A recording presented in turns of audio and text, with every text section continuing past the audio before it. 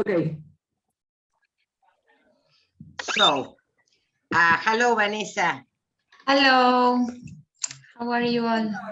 Hello, Vanessa. Fine. We were just about to begin, Vanessa. Okay.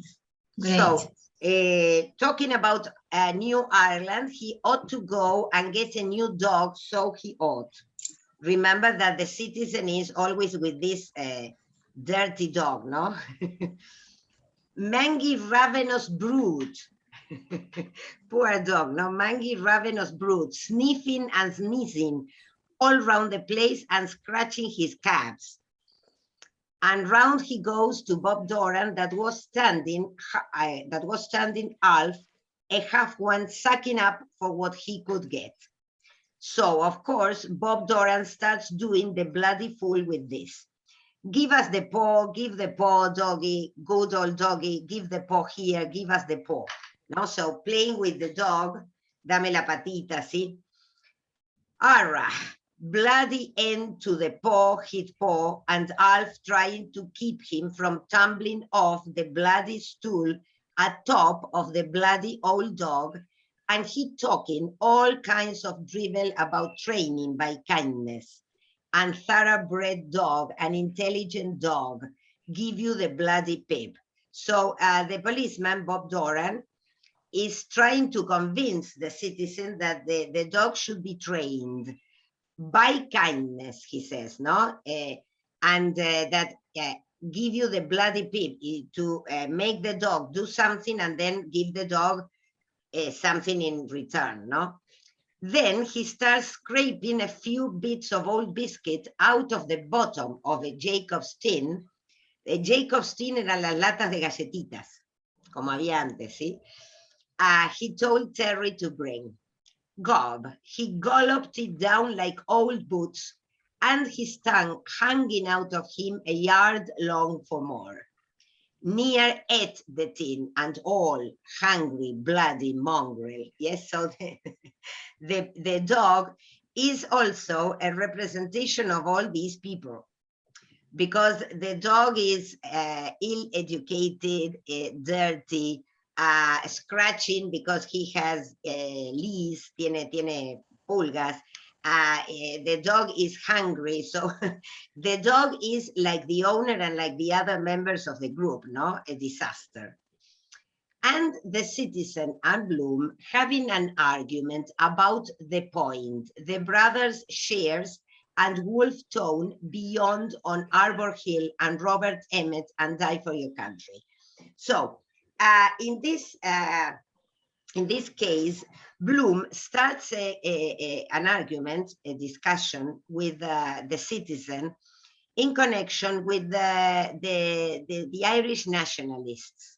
The brothers Shears, those brothers, and well, Wolf Tone, etc., those who were killed by the British, no, because they were members of the nationalists on Arbor Hill, as it says here. And Robert Emmett, you remember we saw Robert Emmett before. He was the hero who started the revolution, and then he escaped, but he came back to see his girlfriend, you remember? And, Yes. And he was caught because he went to see her, his girlfriend, no? Yes. And this Robert Emmett is the one who gave a speech before he was executed. And so Die for Your Country, no? So Bloom has a point of view different from the citizens' point of view. Probably a more rationalist point of view. He was in favor of Irish independence, but he thought that these people work or did the revolution without enough preparation, no?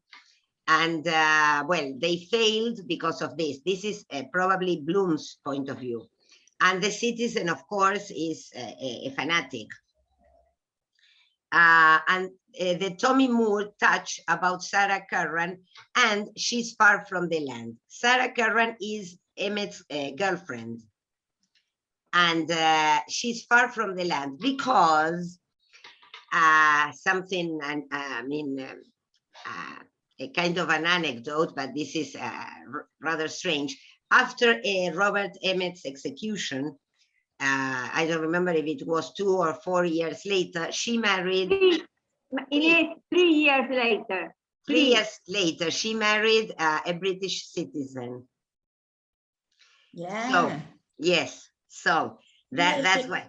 Ireland is a country full of this type of, I don't know, incongruencies, let's say.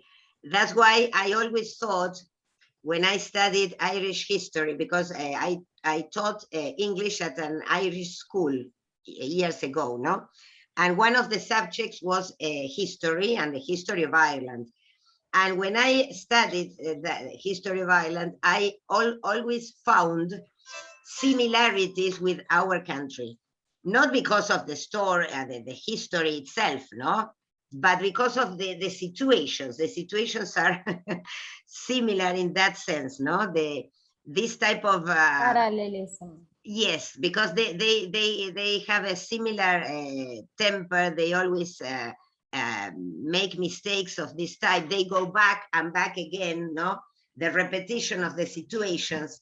Well, and this, for instance, imagine the Robert Emmet died because he went to see Sarah, because otherwise he would have escaped. He was going to another country, and he was caught because he visited the girl, and then the girl married an Englishman.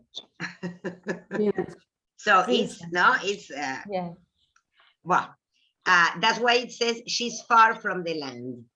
And Bloom, of course, with his knock me down cigar, putting on swung with his lardy face. So this description of Bloom, rather pejorative, is of course made by the citizen, no? Because with his knock me down cigar, as he were having the cigar, you know, near to, for the ashes near to fall, no? Knock me down cigar, putting on swung with his lardy face, so as if he were presumptuous. And we know that Bloom is not like that, but this is the way in which the nationalists. He saw by the other. Claro, no, como un canchero, no, como un soberbio.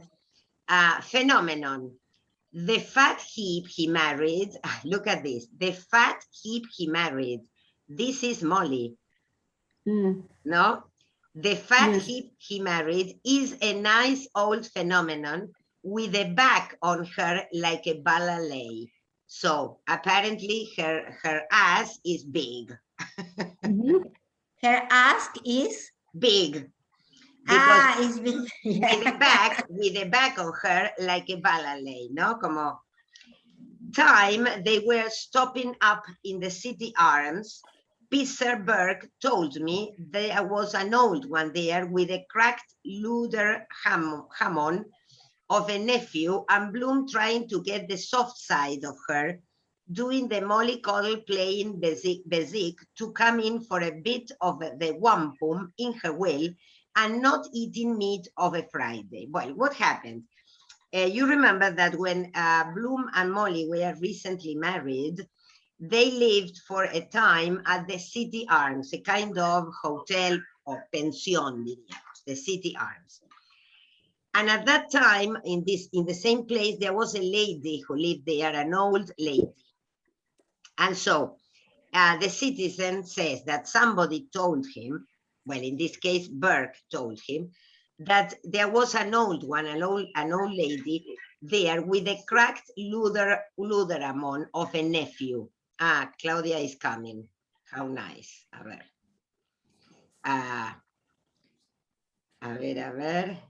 Okay. Let's see if Claudia, hello, Claudia. ¿Qué tal? Hello. Hola. Ahí está. Ya te estaba grabando. Bueno, very good. Thank you very much. So, a ver,